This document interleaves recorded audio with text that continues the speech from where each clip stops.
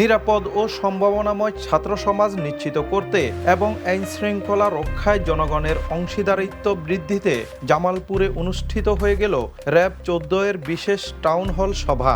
মাদক, ইভটিজিং ও কিশোর গ্যাং প্রতিরোধে সভায় জোর তাগিদ দেওয়া হয়। রোববার দুপুরে মেলান্দহ উমিরউদ্দিন পাইলট উচ্চ বিদ্যালয়ের হলরুমে র্যাব ১৪ সিপিসি ১ এর উদ্যোগে এই সভার আয়োজন করা হয়। সভায় মাদকের ভয়াবহতা রোধ, মাদকমুক্ত সমাজ গঠন, ইভটিজিং প্রতিরোধ, নারী ও শিশু নির্যাতন দমন এবং কিশোর গ্যাং নির্মূলে বিস্তারিত আলোচনা করা হয়। সভায় বক্তব্য রাখেন র্যাব ১৪ এর Jamalpur company commander major লাবিদ Ahmed এবং মেলান্দহ থানার ভারপ্রাপ্ত কর্মকর্তা মাহমুদুল হাসান।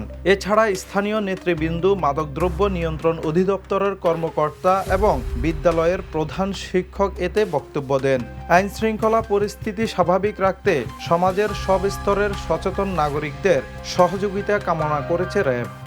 আমাদের বাংলাদেশে বিনির্মাণের জন্য সামনের দিনে একটি সম্ভাবনাময় ছাত্র সমাজ অত্যন্ত জরুরি এবং আমরা যদি একটা নিরাপদ পরিবেশ না দিতে পারি সেই ছাত্র সমাজ নিয়ে তারা সম্ভাবনাময় হয়ে উঠবে না।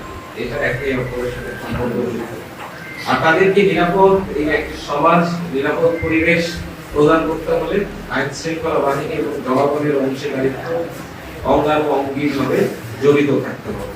এখন আমরা সাথে সাথে বলবো, মাদককে আমরা ঘৃণা করি, মাদক আমরা সেবন করবো না, মাদক বিক্রেতা, মাদক সেবনকারীকে আমরা না বলার সাথে সাথে আমরা ঘৃণা করবো। এখন মাদক সামাজিক বিধি হয়ে দাঁড়িয়েছে, এটা আমাদের ভবিষ্যৎ প্রজন্মকে অন্ধকারের ধার প্রান্তে নিয়ে যাচ্ছে।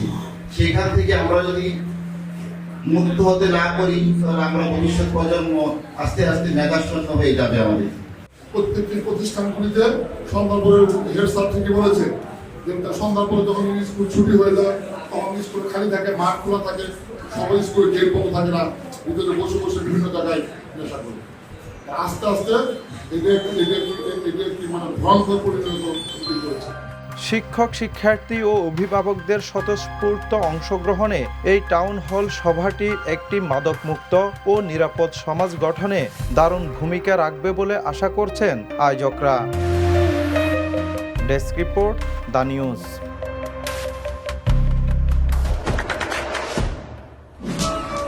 দেশে দেশে সবার সাথে দ্য নিউজ।